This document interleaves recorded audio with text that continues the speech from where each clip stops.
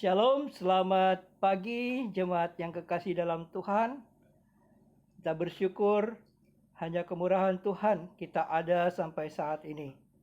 Dan pada saat ini kita akan bersama-sama siap untuk mendengarkan firman Tuhan yang pagi hari ini saya ajak kita untuk memperhatikan dari 1 Petrus pasal 1 ayat 3 sampai dengan 12. Saya mengajak kita berdoa sebelum kita membaca firman Tuhan. Terpuji namamu ya Bapa, Allah, semesta langit dan bumi, yang kami percaya di dalam Yesus Kristus, Tuhan dan Juru Selamat kami. Kami siap untuk membaca firman-Mu, kiranya Engkau memberkati, menyertai kami dalam perenungan saat ini. Dan kami bersama-sama mendapatkan kekuatan, berkat dari dalamnya yang meneguhkan iman dan pengharapan kami. Bersabdalah ya Bapa, hanya di dalam nama Tuhan Yesus Kristus kami berdoa. Amin. Bapak Ibu yang kekasih, kita akan memperhatikan bacaan firman Tuhan dari 1 Petrus pasal 1 ayat 3 sampai dengan ayat yang ke-12. Saya akan membacakan dan kita dapat memperhatikan bagian-bagian firman Tuhan ini. Terpujilah Allah dan Bapa Tuhan kita Yesus Kristus, yang karena rahmat-Nya yang besar telah melahirkan kita kembali oleh kebangkitan Yesus Kristus dari antara orang mati, kepada suatu hidup yang penuh pengharapan, untuk menerima suatu bagian yang tidak dapat binasa, yang tidak dapat cemar, dan yang tidak dapat layu, yang tersimpan di sorga bagi kamu, yaitu kamu yang dipelihara dalam kekuatan Allah karena imanmu, sementara kamu menantikan keselamatan yang telah tersedia untuk dinyatakan pada zaman akhir. Bergembiralah akan hal itu, sekalipun sekarang ini kamu seketika harus berduka cita oleh berbagai-bagai pencobaan. Maksud semuanya itu ialah untuk membuktikan kemurnian imanmu yang jauh lebih tinggi nilainya daripada emas yang fana, yang diuji kemurniannya dengan api, sehingga kamu memperoleh puji-pujian dan kemuliaan dan kehormatan pada hari Yesus Kristus menyatakan dirinya. Sekalipun kamu belum pernah melihat Dia, namun kamu mengasihinya. Kamu percaya kepada Dia, sekalipun kamu sekarang tidak melihatnya. Kamu bergembira karena sukacita yang mulia dan yang tidak terkatakan. Karena kamu telah mencapai tujuan imanmu, yaitu keselamatan jiwamu. Keselamatan itulah yang diselidiki dan diteliti oleh nabi-nabi yang telah bernubuat tentang kasih karunia yang diuntukkan bagimu. Dan mereka meneliti saat yang mana dan yang bagaimana yang dimaksudkan oleh Roh Kristus yang ada di dalam mereka, yaitu Roh yang sebelumnya memberi kesaksian tentang segala penderitaan yang akan menimpa Kristus dan tentang segala kemuliaan yang menyusul sesudah itu.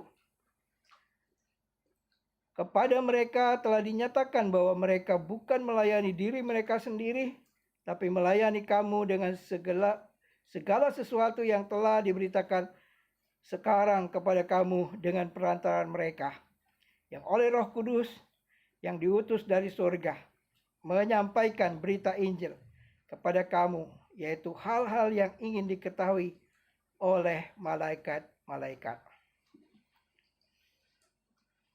Bapak Ibu yang kekasih dalam Tuhan, kita pada saat ini tema kita ialah hidup yang penuh pengharapan. Hidup yang penuh pengharapan. Kita menyadari bahwa hidup tanpa pengharapan adalah sesuatu yang sangat malang. Banyak hal yang sedang kita lakukan, memasuki tahun baru, tentu ada yang kita harapkan. Tahun kerja yang baru, tahun pelayanan yang baru, Ada banyak target, ada banyak kerinduan, ada banyak rencana-rencana yang menjadi tujuan daripada mengapa kita harus menetapkan langkah-langkah dalam tujuan-tujuan kita ke depan. Termasuk juga ketika seorang mengikuti satu keyakinan atau beragama, ada harapan. Dan tentu apa yang menjadi bagian ini menjadi banyak sekali orang-orang mengapa begitu tekun dan begitu salehnya mengikuti agama. Mereka sungguh-sungguh berharap bahwa di dalam keyakinan mereka mendapatkan sesuatu yang sedang mereka impikan. Bapak Ibu yang kekasih, kekristenan lebih daripada sekedar beragama. Kekristenan ketika kita mengakui mengikuti Yesus, Yesus menjadi juru selamat, menjadi harapan yang pasti. Dan seperti yang kita sama-sama boleh renungkan dalam sepanjang tahun lalu, bagaimana kita mengidentifikasikan diri kita. Karena kita percaya kepada Kristus, Kristus hidup di dalam kehidupan kita.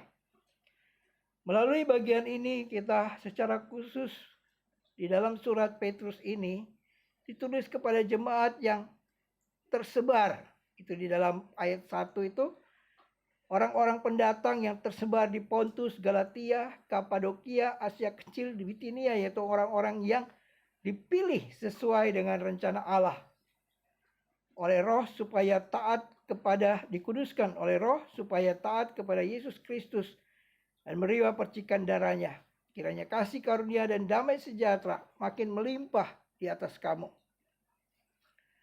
Jemaat yang kekasih dalam Tuhan, kita sama-sama menyadari bahwa kekristenan menjadi satu dasar bagi kita adalah hubungan kita dengan Yesus Kristus yang menjadi Tuhan dan Juru Selamat kita. Apa yang dapat kita pelajari pada saat ini dari bacaan yang tadi kita sudah baca? Apakah kita sekedar memiliki yang namanya agama Kristen? Tentu lebih daripada itu. Karena ketika kita menjadi orang Kristen, iman dan pengakuan kita jelas kepada siapa. Allah yang kita percaya, Allah Tritunggal yang menyatakan dirinya Bapa, Putra, dan Roh Kudus yang menjadi bagian yang menyatu di dalam iman kita. Itu sebabnya Bapak Ibu yang kekasih, pada saat ini kita akan melihat ada 4 hal penting yang menunjukkan bahwa kekristenan itu menjadi dasar yang penting, menjadi tonggak di mana kita membangun kehidupan yang penuh dengan pengharapan. Tidak sia-sia kita mengikut Yesus. Yang pertama kita akan melihat dari bacaan kita pada saat ini, dasar pengharapan kita. Dasar pengharapan kita sebagai pengikut Kristus. Mari kita perhatikan di dalam ayat 2. Yaitu orang-orang yang dipilih sesuai dengan rencana Allah Bapa kita dan yang dikuduskan oleh Roh supaya taat kepada Yesus Kristus dan menerima percikan darahnya. Pilihan. Ini hal yang sangat mendasar sekali, menjadi kita tidak ada daya apa-apa, hanya anugerah. Ketika anugerah itu dinyatakan kepada kita, Allah Bapa yang menyatakan bahwa kita dipilih sesuai dengan rencana Allah dan dikuduskan oleh Roh Kudus dan bahkan untuk taat kepada Yesus Kristus. Dan di dalam pengorbanan Yesus Kristus itulah. Dasar ini juga menunjukkan kepada kita bahwa kita ada di dalam rencana Allah yang sempurna. Dan bahkan melalui rencana Allah itu kita lihat bagaimana Allah bekerja. Perhatikan kemudian di dalam ayat yang ketiga. Terpujilah Allah dan Bapa Tuhan kita Yesus Kristus yang karena rahmat-Nya yang besar telah melahirkan kita kembali oleh kebangkitan Yesus Kristus dari antara orang mati kepada suatu hidup yang penuh pengharapan. Ya. Jadi hidup yang penuh pengharapan yang kita miliki ini bukan hasil karya kita. Tetapi Allah di dalam Yesus Kristus itu telah melahirkan kita, membaharui kita untuk memiliki satu kehidupan yang penuh pengharapan. Dan inilah yang dikerjakan oleh Allah. Itu yang menjadi dasar. Yang kita miliki hanya iman. Iman kepada Allah. Untuk menegaskan bahwa kita memiliki hidup yang penuh pengharapan. Bahwa ketika kita membuka hati kita menerima Yesus Kristus, itu adalah bagian di mana kita sudah masuk dalam rencana Allah, rencana ilahi yang membawa kita kepada pengharapan. Hidup yang penuh dengan pengharapan itu. Yang kedua, tentu kekristenan bukan sesuatu yang kosong. Ada isi dari pengharapan kita. Kita menjadi Kristen bukan sekedar untuk memperkenalkan bahwa kita punya agama, bukan. Tetapi ada isinya. Di dalam hal-hal yang kita tahu secara umum sekarang, orang sangat memperhatikan kontennya. Apa konten dari sesuatu? Apa isinya? Apa yang memberikan inti dari kehidupan yang sesungguhnya? Mari kita perhatikan ayat 4 sampai 6 sampai 5. Untuk menerima sesuatu bagian yang tidak dapat binasa. Dari situ kita melihat bahwa ada hal-hal yang menjadi isi dari pengharapan. Menerima sesuatu bagian yang tidak dapat binasa. Yang tidak dapat cemar. Yang tidak dapat layu. Yang tersimpan di surga bagi kamu. Nah, ini sesuatu hal yang memberikan wah gitu, wow gitu, sesuatu yang kita miliki, yang tidak dapat binasa, yang tidak dapat cemar, yang tidak dapat layu. Ibarat seorang yang merindukan berjuang dalam satu perlombaan, mendapat mahkota, mendapat sesuatu yang dia banggakan, bahwa itu menjadi sesuatu yang hasil usahanya. Tapi di sini kita melihat semua ini tersimpan di surga. Perhatikan, masih dilanjutkan ayat 5. Yaitu kamu yang dipelihara dalam kekuatan Allah. Karena imanmu sementara kamu menantikan keselamatan yang telah tersedia untuk dinyatakan pada zaman akhir. Nah, di sini pentingnya. Semua itu sudah tersedia, tersimpan di surga. Tapi orang-orang yang percaya, dikatakan di situ, dipelihara dalam kekuatan Allah karena imanmu. Jadi kita dipelihara dalam kekuatan Allah. Iman kita kepada Yesus Kristus, keyakinan kita itulah, di dalam keyakinan itu kita dipelihara oleh Allah. Luar biasa. Bahwa kita, kembali lagi, kita tidak ada daya apa-apa dan Tuhan sudah ambil bagian untuk bekerja di dalam untuk memelihara dengan kekuatan Allah.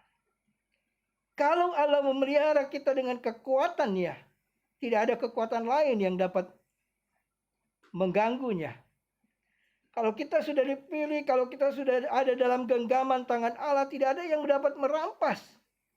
Sesuatu itu menjadi bagian yang kuat sekali. Nah, inilah pengharapan. Isi dari pengharapan itulah yang membuat kita punya semangat, sukacita, berjuang.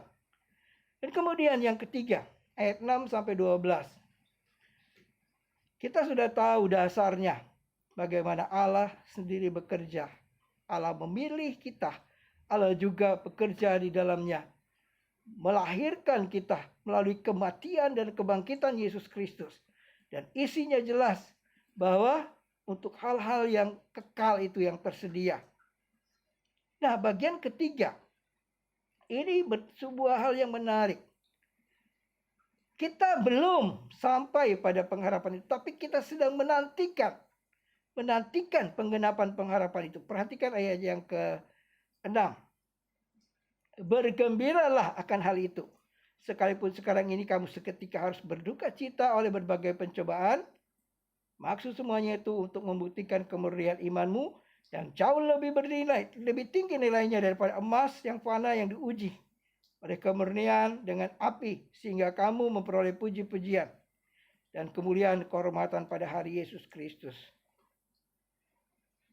Bergembiralah untuk hal itu. Bergembiralah untuk pengharapan yang sudah kita miliki di dalam Yesus Kristus, yang akan dinyatakan dan bahkan itu sudah dijamin pada saatnya akan kita nikmati. Yang menarik ialah kita harus menantikan. Ketika hal itu sedang kita nantikan sebuah kepastian. Karena penantian-penantian yang sering kali kita lihat di dunia ini, semoga ada yang dikatakan, iya, kalau berkenan dan sebagainya. Kita bukan semoga. Tetapi penantian kita adalah sebuah penantian yang pasti. Penantian di mana kita sudah dijamin. Itu sebabnya bergembiralah. Bergembiralah karena pengharapan itu. Sekalipun ada duka cita, ada pencobaan. Tetapi semuanya itu sebagai bagian untuk menguji kemurnian iman kita. Bapak Ibu, kita diuji dengan berbagai hal. Pencobaan, penderitaan, tantangan terhadap iman kita. Orang jemaat saat itu sedang menghadapi ujian, mereka dianiaya, mereka ditekan. Karena iman mereka dikejar-kejar. Dan ujian terhadap iman kita itu banyak sekali. Baik yang langsung secara fisik, mental, dan juga bahkan apa yang dihadapi dengan tekanan-tekanan orang-orang sekitar kita. Tapi bagian ini mengingatkan kepada kita. Kita bergembira. Karena semua itu sedang membawa kita sampai kepada pengharapan yang sedang kita nantikan. Teristimewa. Apa yang sedang kita nantikan, kita bergembira. Kita juga sedang dikatakan di situ dalam ayat yang ke-8, sekalipun kamu belum pernah melihat Yesus, kamu mengasihi, kamu percaya kepada Dia, sekalipun kamu sekarang tidak melihatnya, kamu bergembira karena sukacita yang mulia yang tidak terkatakan. Karena kamu telah mencapai tujuan imanmu, yaitu keselamatan jiwamu. Nah, menarik sekali. Kita tidak pernah melihat Yesus. Petrus memang pernah melihat Yesus. Pernahkah kita ingat apa yang dialami Petrus? Dia melihat Yesus, dia berkata bahwa dia tidak akan imannya tidak akan tergoncang. Tapi pada waktu Yesus ditangkap, dia menyangkal Yesus. Tapi kemudian dia menyesali. Kita tidak pernah melihat Yesus. Kita membaca dan mendengar berita tentang Yesus. Kita percaya kepada Yesus. Apa yang menjadi bagian ini tidak hanya sekedar kita mengaku, aku percaya kepada Yesus. Tetapi bagian ini menjadi satu pengharapan. Bersukacitalah. Karena itu sukacita yang mulia. Bergembiralah. Dan perhatikan. Bagian terakhir ini menandaskan kepada kita. Kasih dan iman kita itu memberikan satu kekuatan. Bahwa kita sedang percaya kepada Yesus Kristus yang benar. Dia jalan kebenaran dan hidup. Yesus sendiri berkata, berbahagialah orang yang percaya walaupun dia tidak melihat. Berbahagialah. Apa yang dikatakan kepada Thomas. Thomas kan ingin bukti, ingin melihat. Tapi Yesus katakan berbahagialah orang yang percaya meskipun ia tidak melihat. Kita adalah orang-orang yang sangat berbahagia. Bagian berikutnya pasti di dalam hal ini menyadarkan kepada kita bahwa selagi kita menantikan, kita terus diperkuat dengan bukti-bukti yang ada. Banyak orang meneliti tentang keselamatan jiwa kita orang Kristen, orang yang percaya Yesus. Banyak peneliti-peneliti, nabi-nabi meneliti ayat 10, perhatikan, menyelidiki, meneliti, bernubuat, kasih karunia yang diuntukkan. Penelitian dilakukan begitu dalam. Apa yang dimaksudkan oleh Roh Kristus yang ada di dalam mereka yang percaya kepadanya. Pembuktian itu dikerjakan oleh Roh Kudus di dalam diri kita yang percaya. Dan itulah yang menjadi meterai sampai saatnya nanti. Keselamatan yang tersedia sudah dimeterai dalam diri kita. Roh Kudus menjadi jaminan, bukti daripada pengharapan kita yang pasti. Ayat-ayat selanjutnya jelas bahwa kita bukan memiliki iman yang kosong, tapi kita memiliki iman yang pasti. Dan iman itu dipelihara dengan kekuatan Allah. Kita juga memiliki satu pengharapan yang dapat dibuktikan karena Roh Kudus ada di dalam diri kita. Apa yang dapat kita renungkan pada pagi hari ini mengingatkan kita kembali. Mari di awal tahun ini kita kembali untuk berteduh diri di hadapan Allah, untuk menguji diri kita di hadapan Allah. Masihkah kita ragu? Masihkah kita bingung? Masihkah kita mungkin timbul berbagai pertanyaan-pertanyaan? Allah sendiri telah bekerja dalam diri kita. Kalau kita bisa percaya kepada Kristus, itu bukan karena kita. Itu hanya anugerah Allah. Allah memilih kita. Allah telah bekerja di dalam diri kita untuk memelihara iman kita. Lantas, bagaimana dengan orang-orang? Mungkin kita pernah menjadi salah satu orang yang menolak, yang tidak mau dengar firman Tuhan dan merasa sesuatu. Tetapi anugerah Allah itu lebih besar bagi kita. Sehingga kita menyambut dan membuka hati bagi Yesus. Pada saat kita menerima Yesus, Allah telah bekerja dengan luar biasa. Memelihara iman kita di dalam kekuatan. Dan dia bekerja. Bergembira. Menghadapi berbagai situasi. Penderitaan-penderitaan itu adalah penderitaan yang biasa. Yang kita hadapi justru akan menguji kita. Kalau Bapak Ibu memperhatikan emas yang dimurnikan di api. Kadang harus ditempah. Dan itu akan menghasilkan kemurnian. Bagian itulah yang sedang kita hadapi sekarang. Saya menyadari bahwa kita menghadapi COVID ini juga menjadi bagian untuk menguji kemurnian iman kita. Ada banyak orang-orang mungkin mulai kecewa dan bahkan bertanya, Tuhan sampai kapan semua ini berakhir? Seolah-olah dalam kondisi seperti ini, iman itu menjadi sia-sia. Tetapi di dalam bacaan ini kita sedang dipelihara dengan kekuatan Allah. Penderitaan COVID tidak sebanding dengan iman yang kita miliki. Penderitaan dan berbagai hal, tantangan, aniaya tidak sebanding. Kita adalah orang-orang yang menang. Kita jauh lebih daripada orang-orang yang menang. Oleh karena kasih Allah yang telah dicurahkan di dalam hati kita. Mari tetap perkuat dasar pengharapan kita di dalam Yesus Kristus, Allah Bapa, Yesus Kristus, dan Roh Kudus yang setiap minggu kita akui. Dan gerejanya yang sedang meneguhkan kita. Biarlah kita tetap berdiri teguh di atasnya.